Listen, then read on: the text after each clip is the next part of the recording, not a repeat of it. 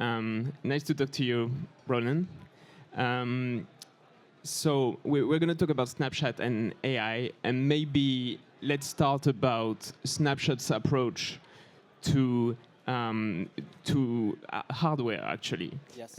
Because for Snapchat, the glasses have been an effort for many years. You're going to bring new spectacles next year to consumers. I was able to try the developers version a few months ago.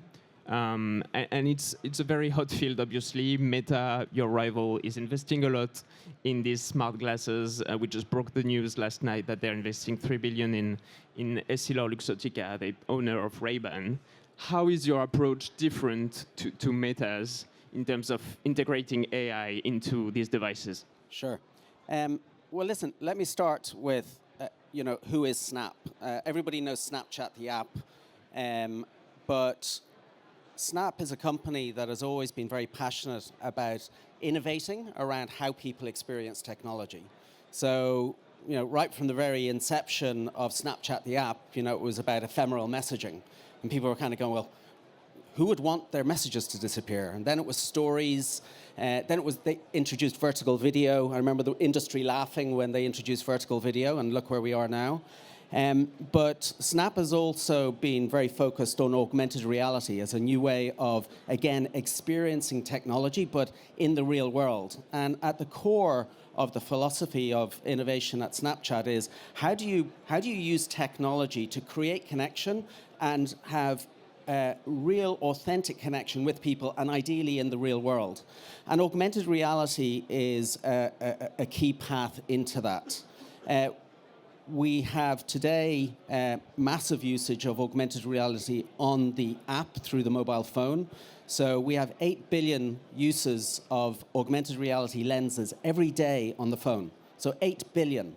It's an incredible amount. And just to put it in perspective, the last stats I saw for Google was there were about 14 billion searches a day. So we've got 8 billion uses of AR. So we've got this incredible community, over 900 million users. They're using AR every day.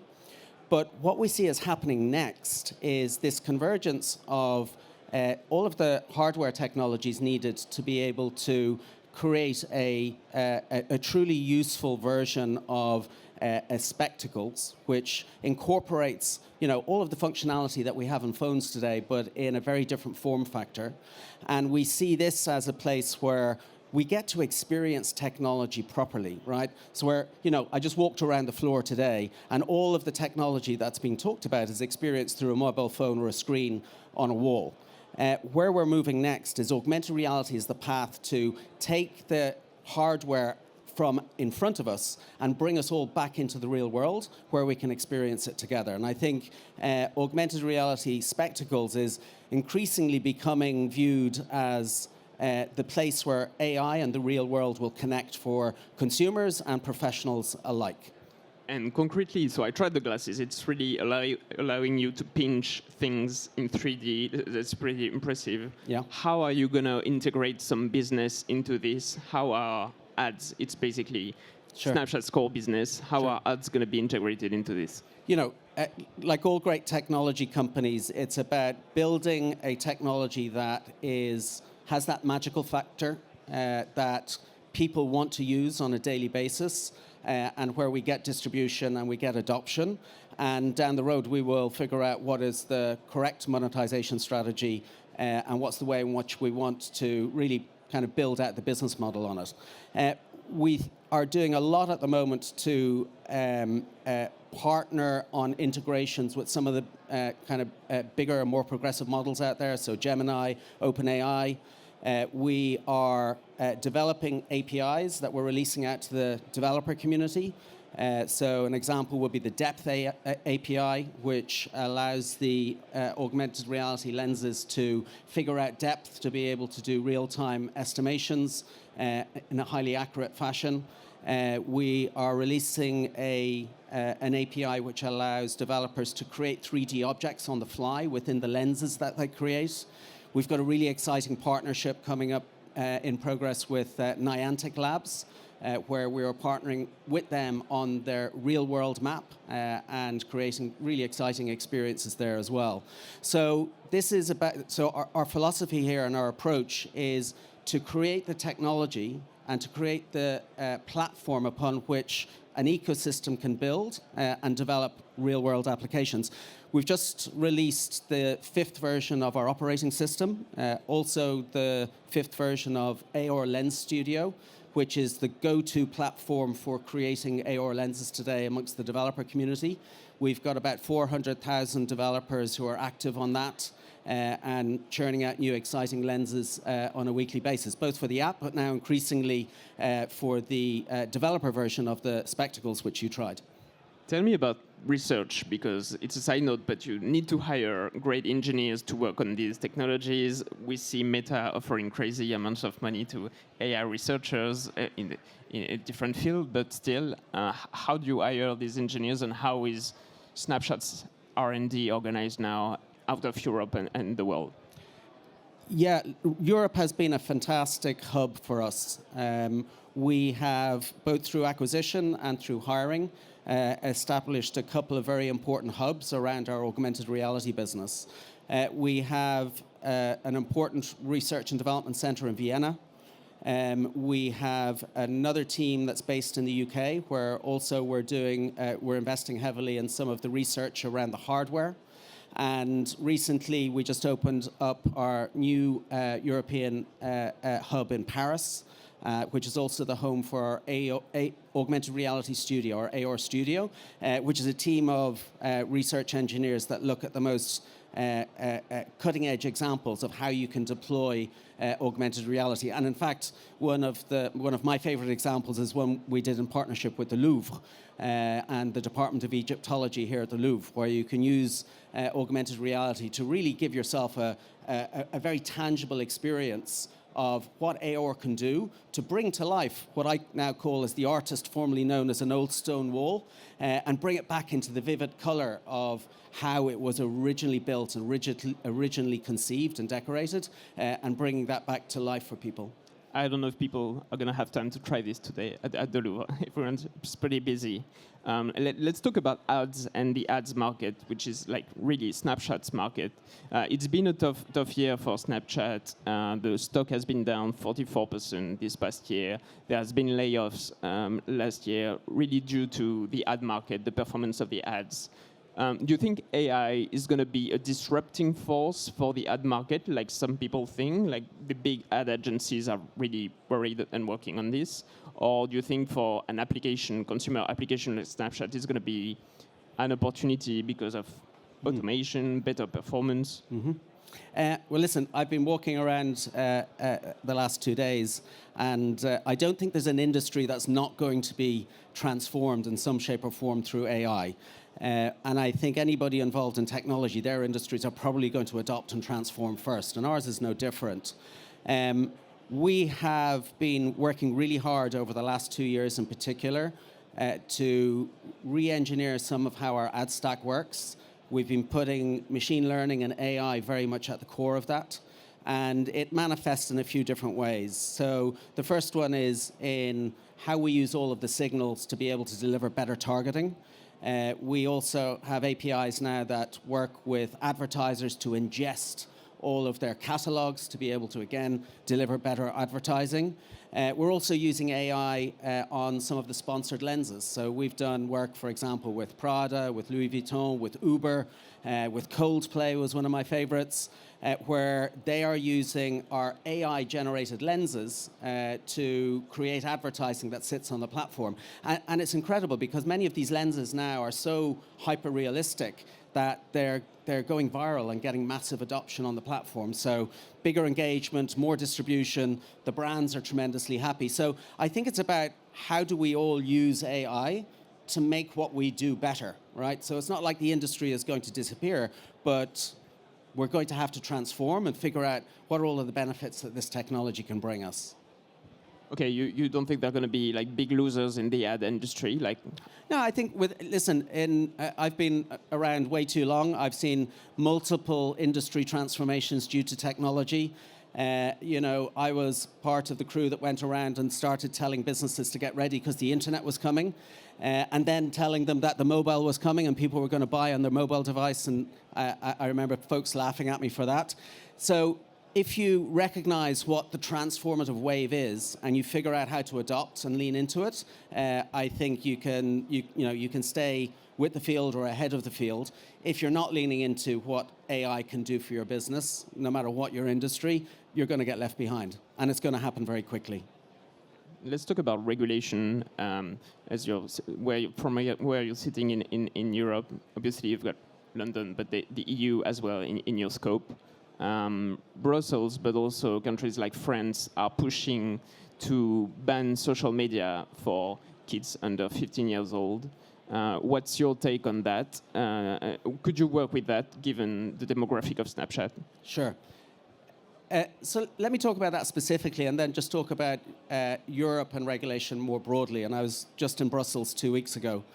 Specifically on the ban for under 16s on social media, that's not something we agree with.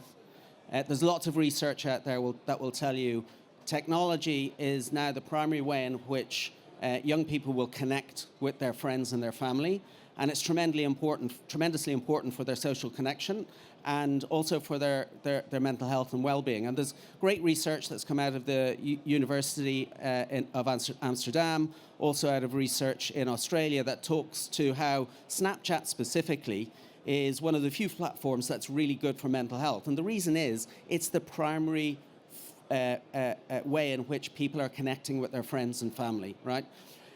I think when it comes to regulation, it's very important that we put guardrails in place to protect people from harms available online.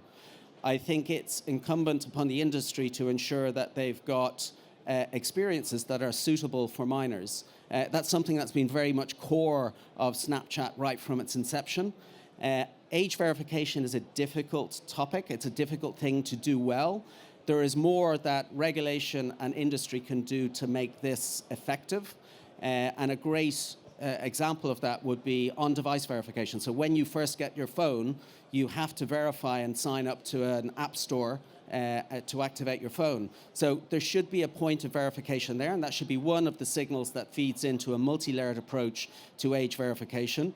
People will always try and get around it, so the industry has to be alert to that and to make sure that we put protections in place. But we've seen time and time again over history that if you try and stop children from using Google search when they're doing their homework, or if you now try and stop them using AI doing their homework, that's a futile exercise. It's about how do you teach people to think critically and get the very best out of technology.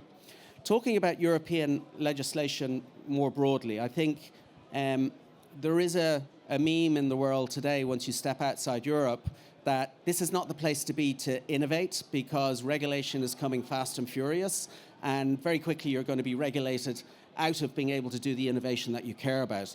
So we should learn our lessons from history. We should make sure that there are guardrails in place, but we should be very careful that the regulation doesn't get in the way of innovation. And I think making sure that Europe is seen as a place where innovation is alive and well, where we have the talent, we have the funding, and we have sensible regulation that's calibrated to support that innovation is where the bar should be set. Are there products from Snapchat or maybe from competitors that you feel are not developed in Europe because of regulation? The AI Act in particular, there's a lot of noise about stop the clock on this regulation. Yeah. What are the points that are complicated for you at Snapchat in this? Yeah, like a good example, one of the clauses in the proposed draft legislation that we've spent time on is around biometrics. So obviously our technology, particularly the augmented reality lenses, recognizes when it sees a face. And we've been at pains to explain that within the regulation, recognizing a face versus my face are two very completely different things.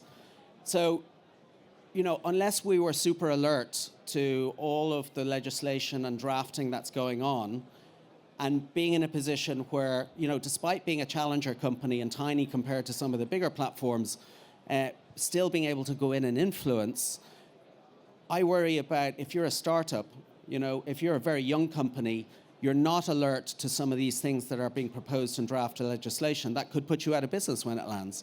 So I worry a lot that we're racing too fast to regulate things that we don't fully understand. I think we can put more sensible regulation in place. Just one quick point on content moderation. AI is a game changer in that particular side of the industry. Obviously, Snapchat is not as public-facing content as, say, TikTok or Instagram, Yep. but you do a great deal of content moderation of all the illegal stuff that's posted on Snapchat every day that you've got to moderate. Yes. Is AI doing this almost fully for you now, or you're still going to rely on human moderators? Yeah, so AI obviously plays a very important role in this. Unlike some people and some platforms, we feel very strongly that human moderation plays a role here. We are very proud to be a moderated content platform. Content consumption is very much kind of secondary, tertiary part of why people come to the app, but we are very focused on making sure that all of the content that goes up there is moderated before it gets any serious amount of views.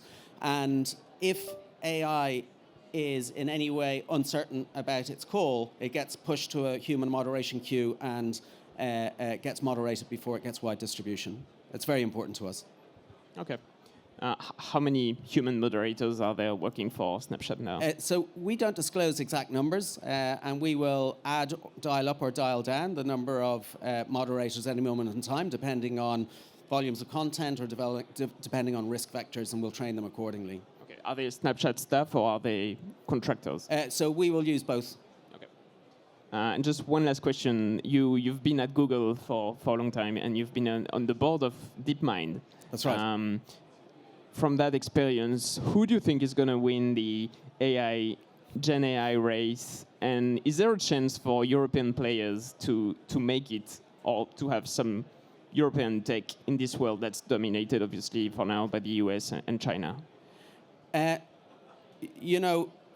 Again, I'll harken my long years in the tech industry, but I joined a relatively unknown company with 2,000 employees back in 2004, 2005. And people said, listen, there's already loads of search engines out there. Why would you join the smallest and least popular one? Google has proven itself time and time again that they can come from behind and win. But what I would say is this is an industry where it's very early days. My bet is there's 2 people, 3 people in a garage or a dorm room somewhere that are coming up with the latest and greatest aspect of AI that we haven't heard of yet. So I'm just fascinated to see how quickly these new global companies emerge and become household names. Okay, thank you so much, Ronan. Thank you, Benoit.